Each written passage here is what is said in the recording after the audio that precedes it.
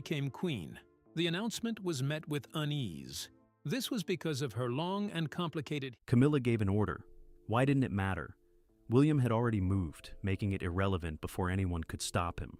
No negotiation, no warning, no room for the Queen's intervention to change anything. How did he do it?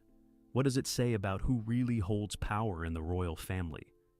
The sister nobody was supposed to touch Annabelle. Elliot did not arrive in the royal household by accident. She came in through a door that was opened specifically for her, by her sister. At the moment, her sister's position inside the institution became secure enough to open it.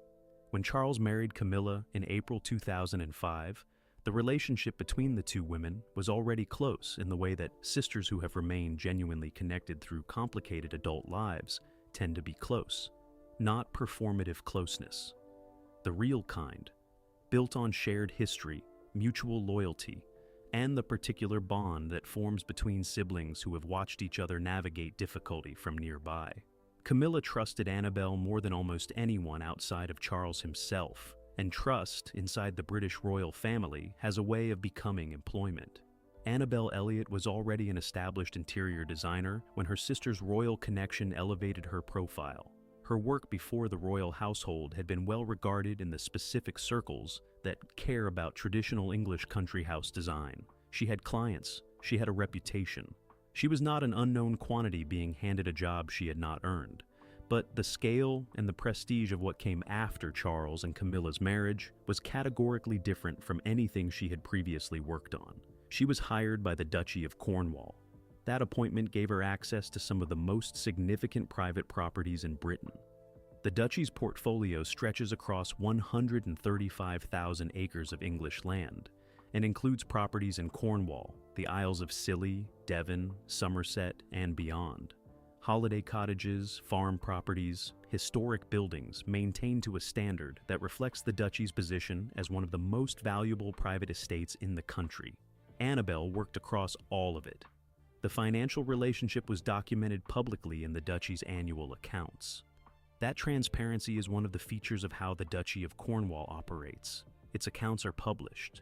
The names of significant contractors and the amounts paid to them appear in those documents year after year. Annabelle Elliot's name appeared consistently from the mid-2000s onward. The amounts varied. In quieter years, when the project load was lighter, payments ran to around £19,625. In more active years, when larger renovation and design projects required sustained attention, the figures rose significantly. In her highest earning year on record with the Duchy, she received £82,272. Across nearly 2 decades, the cumulative total of those payments represents a substantial and sustained financial relationship between the royal household and the Queen Consort's immediate family. Nobody challenged it publicly while Charles was in control of the Duchy. That is worth sitting with for a moment. The payments were documented. They were publicly available to anyone who bothered to read the annual accounts. Royal watchers and journalists who covered the Duchy's finances were aware of them. The connection between Annabelle's employment and her sister's marriage to the man who controlled the Duchy was obvious and required no investigative work to establish. And yet the arrangement continued year after year without significant public controversy. There are several reasons for that. Annabelle's work was genuinely good. People who know the Duchy properties describe her contribution as substantive. She was not a figurehead, collecting payments for work she was not doing. She brought real skill to the projects she was involved with, and the results were visible in properties that guests and tenants used and appreciated. There was also the question of who was in a position to challenge it. While Charles controlled the Duchy, any objection to Annabelle's employment would have been, in effect, an objection to a decision Charles had either made or endorsed. And objecting to the personal preferences of the man who controls a billion-pound estate is not something most people inside the institution were inclined to do. Annabelle understood her position clearly. She was not naive about how she had come to be where she was. She knew that the connection to Camilla was the foundation of the relationship. She also knew that her continued presence depended on that foundation remaining solid. While Charles was Duke of Cornwall, the foundation was unshakable. He loved Camilla. He trusted Camilla's judgment about the people she valued. He had no interest in creating friction over his wife's family when the work being done was competent and the relationship was working smoothly. Annabelle moved through the duchy's world with the confidence of someone whose position felt permanent, not arrogant confidence, the quieter kind that comes from having been in a place long enough that your presence feels like part of the furniture. She had been part of the duchy's furniture for nearly 20 years. She did not see what was coming. Nobody considered her position genuinely vulnerable until September 2022.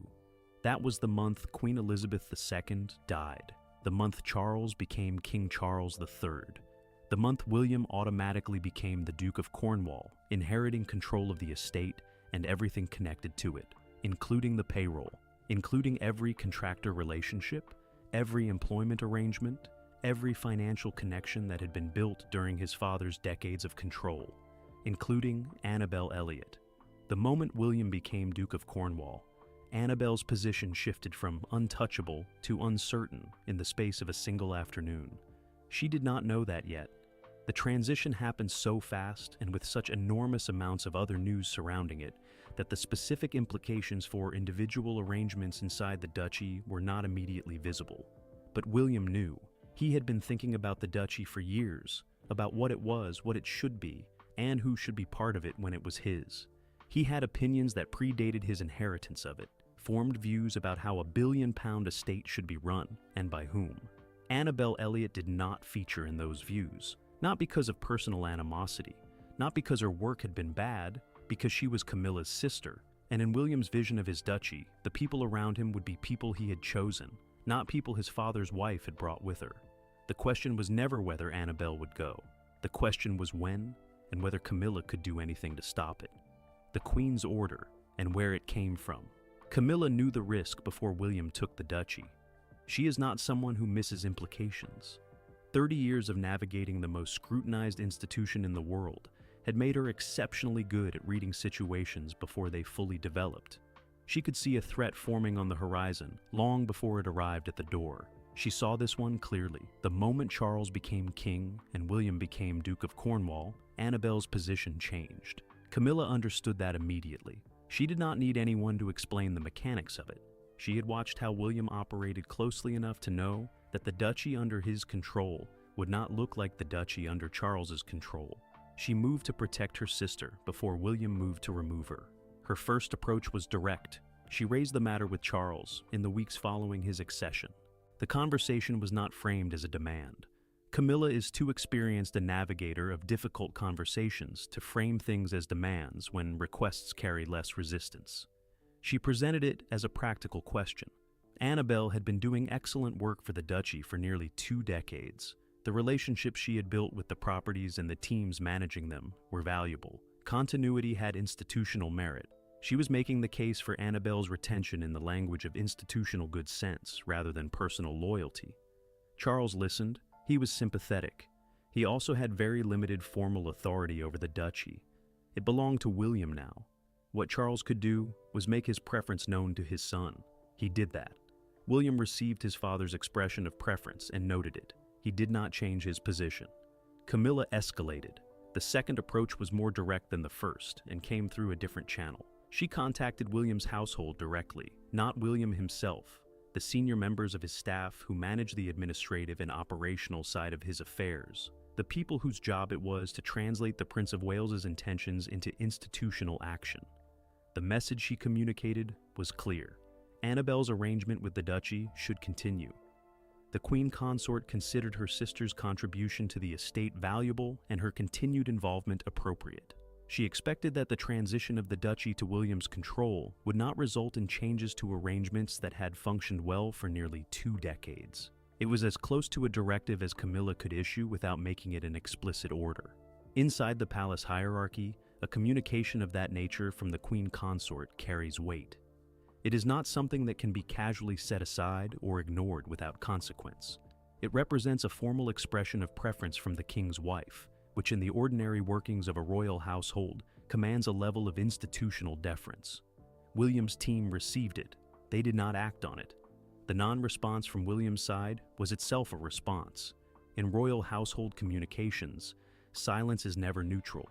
When a message of the nature is sent and no acknowledgement comes back, no confirmation that the preference has been noted, no indication that the matter is under consideration, no courtesy communication of any kind. The silence communicates something specific. It says the message was received and set aside. Camilla understood what the silence meant. She had been in this institution long enough to read its non-communications as fluently as its official ones. She decided a more explicit instruction was necessary.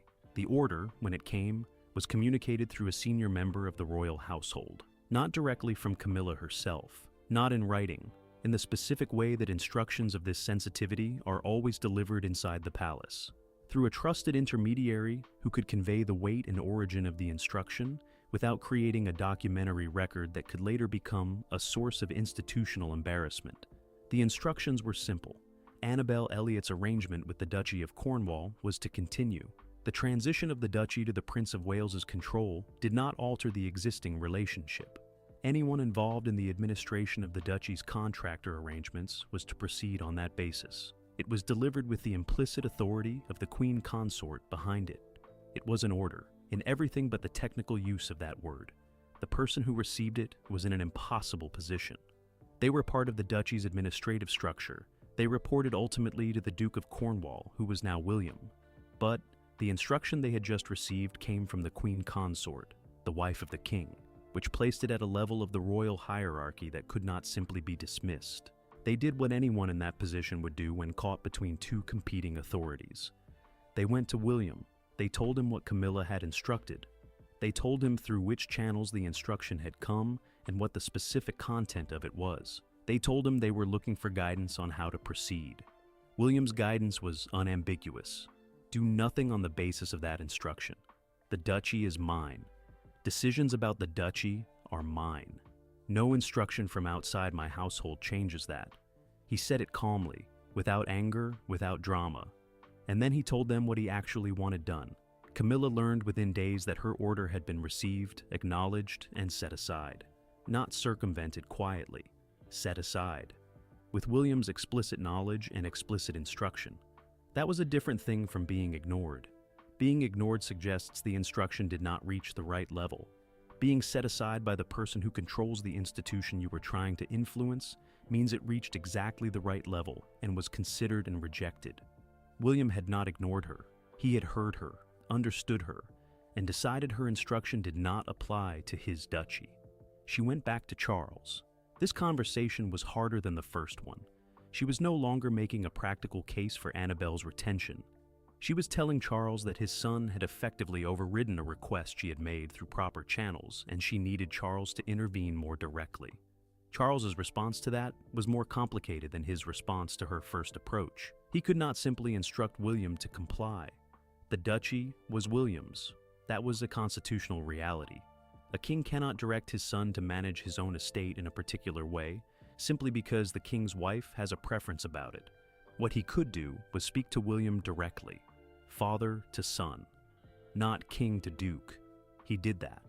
The conversation between Charles and William about Annabel Elliott has been described by sources as one of the more direct exchanges the two men have had during the transition period. Charles asked William to reconsider. William explained his reasoning.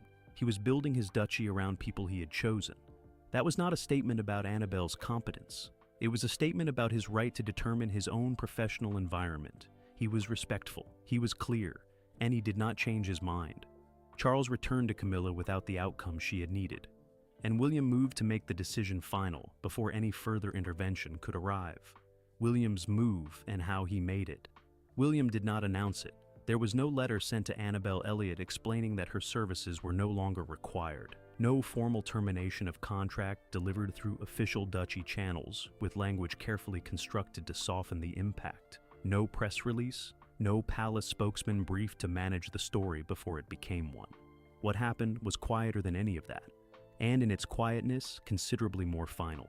The Duchy of Cornwall publishes its accounts annually. That is the mechanism through which the financial relationships of the estate become visible to the outside world.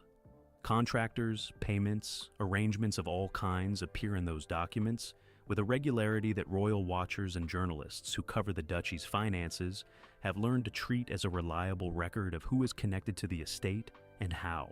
Annabelle Elliott's name had appeared in those accounts consistently for nearly 2 decades. Then it didn't. William did not need to make a dramatic gesture to remove her.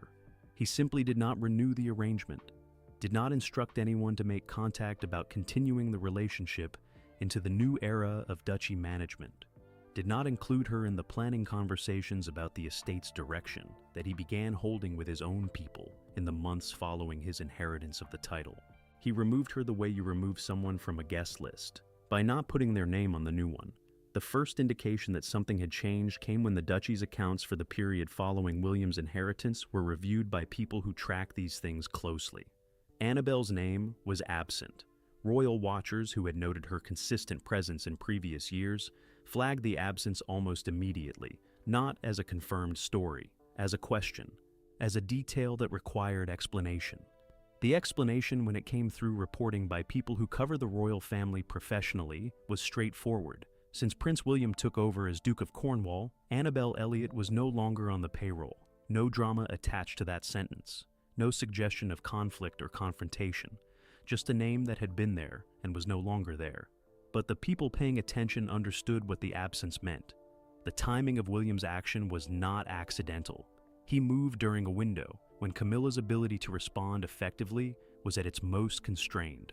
Charles was managing his cancer treatment through the first half of 2024. His capacity for the kind of sustained intervention that reversing William's duchy decisions would have required was limited. He was focused on his own health and on the most essential functions of his role as king. The detailed management of a dispute between his wife and his son over a contractor relationship was not something he had the energy to absorb and sustain. William knew that. He was not exploiting his father's illness. He was reading the situation accurately and making a decision about timing that any strategically minded person in his position would have made. The window existed. He used it. He also moved quickly on the replacement. That was the part of his action that sent the clearest signal about what was actually happening. Within the same period that Annabelle's relationship with the duchy ended, William brought in new people to handle the interior design and property management work she had been responsible for. He did not go to the market and select the most qualified available designers based on open competition. He went to people he knew personally, Harry Aubrey Fletcher and William Vance, individuals connected to William's own social circle, people whose children were friends with his children, godparents within his immediate personal network, were given roles at the duchy. The message embedded in those appointments was unmistakable to anyone inside the royal world. Out with Camilla's family, in with William's people, not because the new appointments were more qualified than Annabelle, not because there had been a rigorous selection process that happened to produce this outcome, because William was building his duchy around people whose loyalty ran to him, not to his father's wife. Camilla's response when she understood the full picture of what had happened was immediate and private. She had known the removal was coming. She had tried to prevent it. She had issued what amounted to a direct instruction through appropriate channels and had it set aside. What she had not anticipated was the speed of the replacement and the specificity of who was brought in. The choice of William's personal friends and godparents to fill the role her sister had held was not a neutral administrative decision. It was a statement. Delivered in the language of institutional action rather than words, but a statement nonetheless. It said, "This space belongs to my world now, not yours." She attempted one further intervention after the replacements were announced. This approach came through a different channel than the previous ones. Not palace staff, not a household intermediary. A direct approach through a mutual acquaintance, someone with access to both camps, who was asked to communicate that the Queen Consort was deeply unhappy with how the situation had been handled and expected the matter to be revisited. The response that came back was brief. The Duke of Cornwall had made his decision about the duchy's management. The decision was final. The matter was not under review. That was the end of the interventions. Camilla had used every channel available to her. She had gone through her husband, through palace staff, through direct instruction, through informal approaches, through a mutual contact. None of it had moved William by a single degree.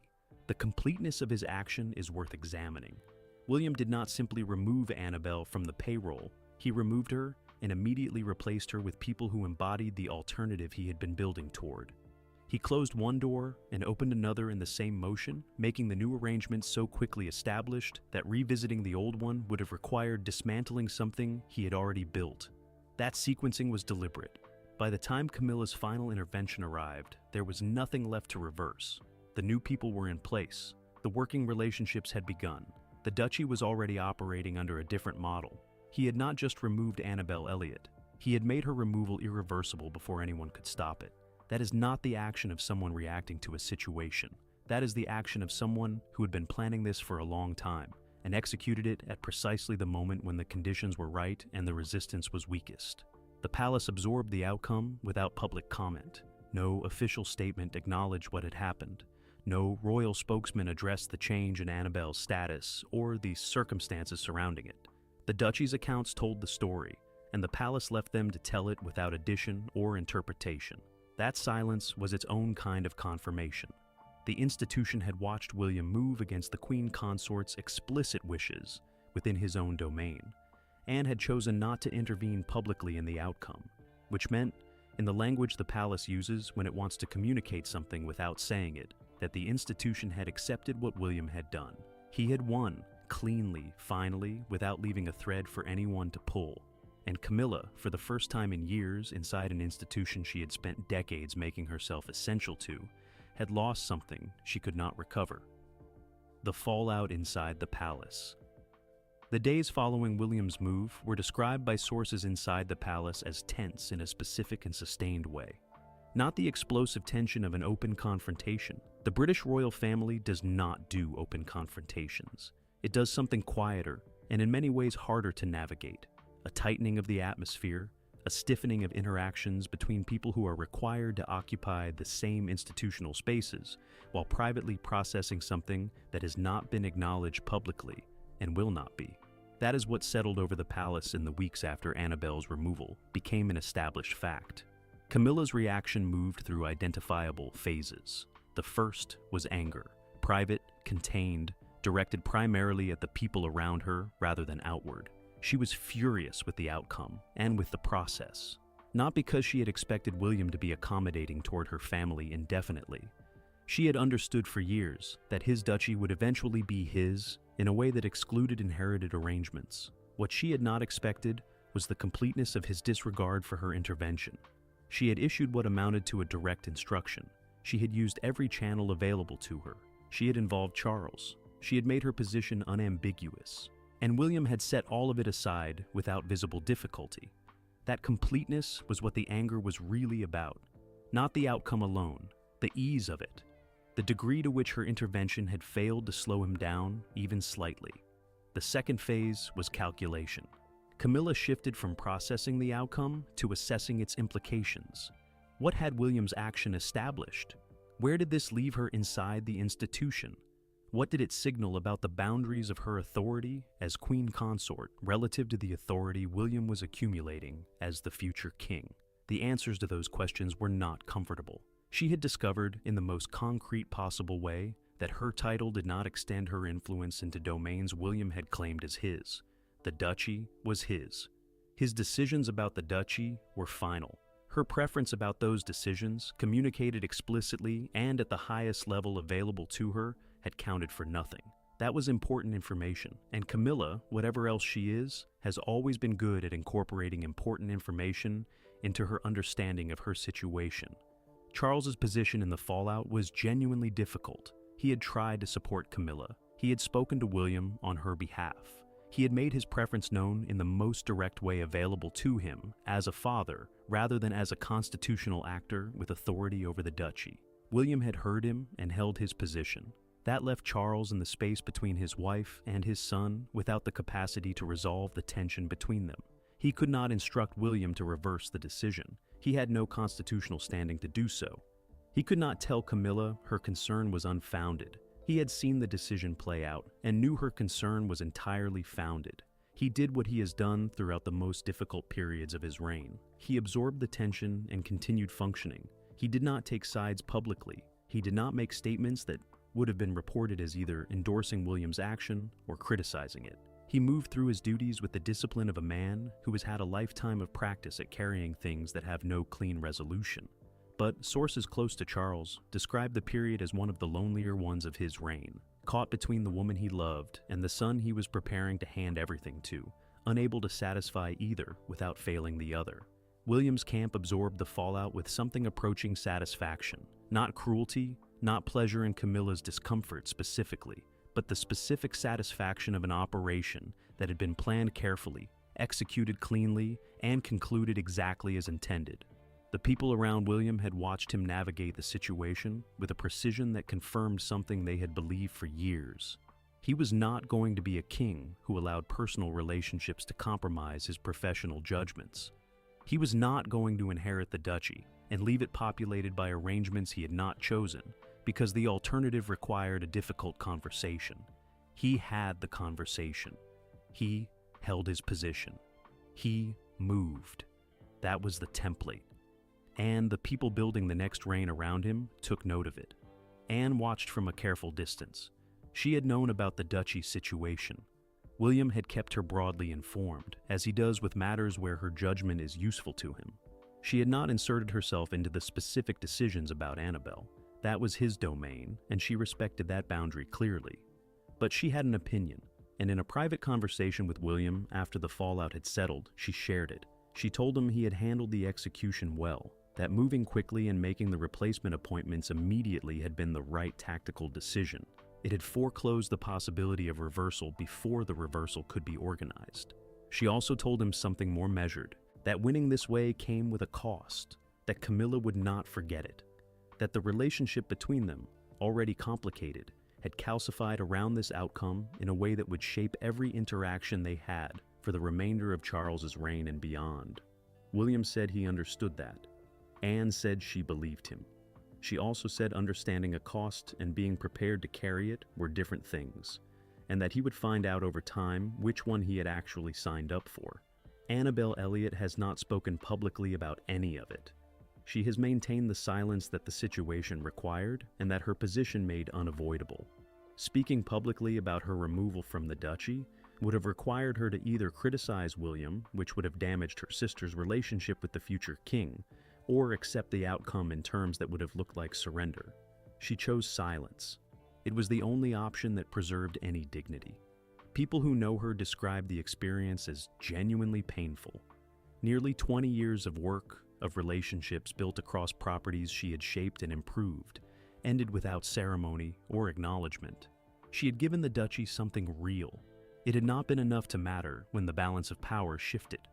What this signals for the monarchy's future. William did not remove Annabelle Elliot because he disliked her. That point matters, and it is consistently missed in coverage that frames this story as personal conflict between William and Camilla. This was not personal. That is precisely what makes it significant. He removed her because she represented something he had decided had no place in the institution he was building, an inherited arrangement, a connection that existed because of who someone's sister married rather than because of a choice William had made.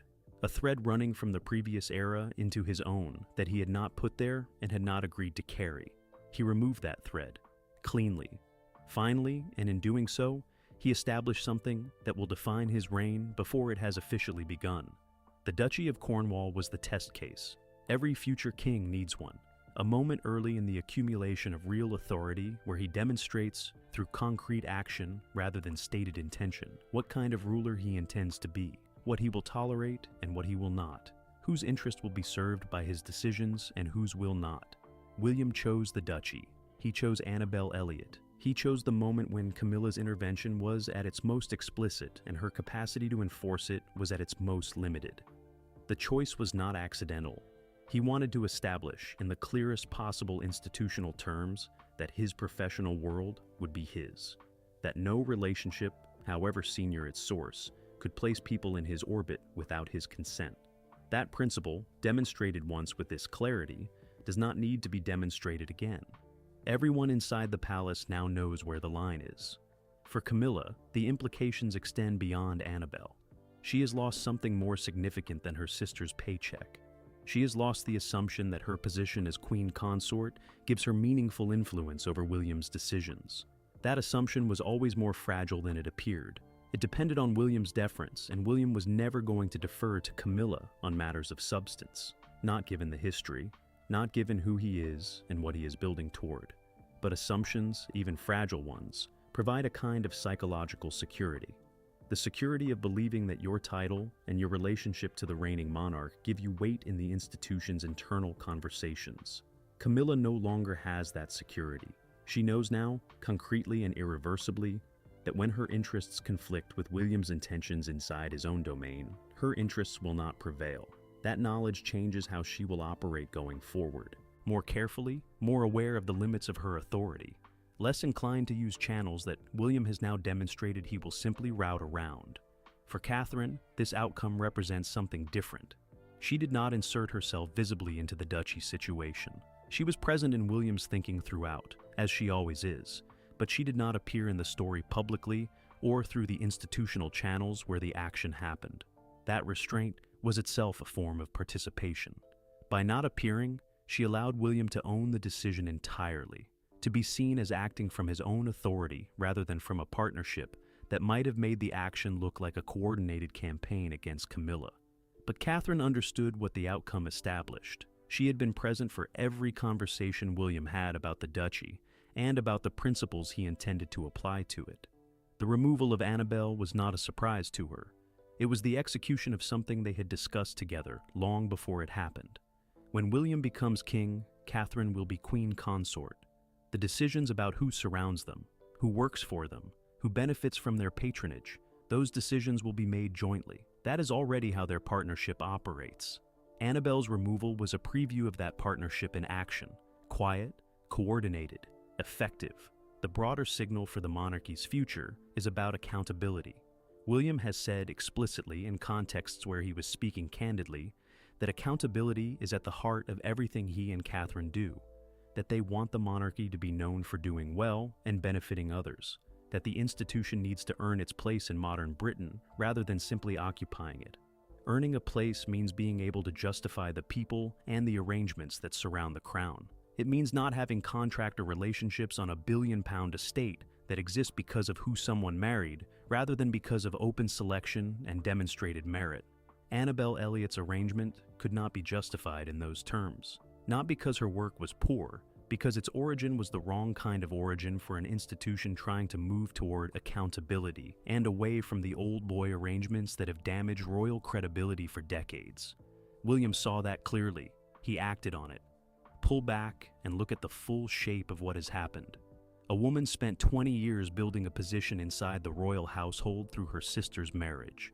The sister became queen consort. The position seemed permanent.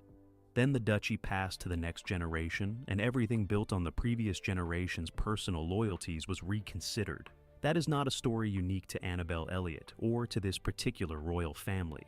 It is the story of every institutional transition. Old arrangements give way to new ones. The people whose positions depended on the previous era find themselves without the foundation that held them up. What is specific to this story is the clarity with which William executed it, the speed, the completeness, the willingness to hold his position against explicit intervention from the queen consort and the king himself. He did not flinch. That is what people inside the palace will remember, long after the specific details of Annabelle Elliott's departure from the duchy. Payroll have faded. They will remember that William was told to reconsider and did not reconsider, and they will govern themselves accordingly. William did not raise his voice once through any of this. He did not brief journalists. He did not make speeches about the kind of king he intended to be. He did not issue warnings or draw lines in public that could be photographed and reported. He simply acted, within his domain, on his timeline, according to his principles. Camilla intervened through every channel available to her. Charles made his preference known directly. The instruction came from the Queen Consort of Great Britain. William set it aside and finished what he had started. That is the monarchy's future, in a single sequence of events. Not the version that gets announced with ceremony and fanfare. The version that gets built quietly, decision by decision, in the spaces where real power actually lives. William is already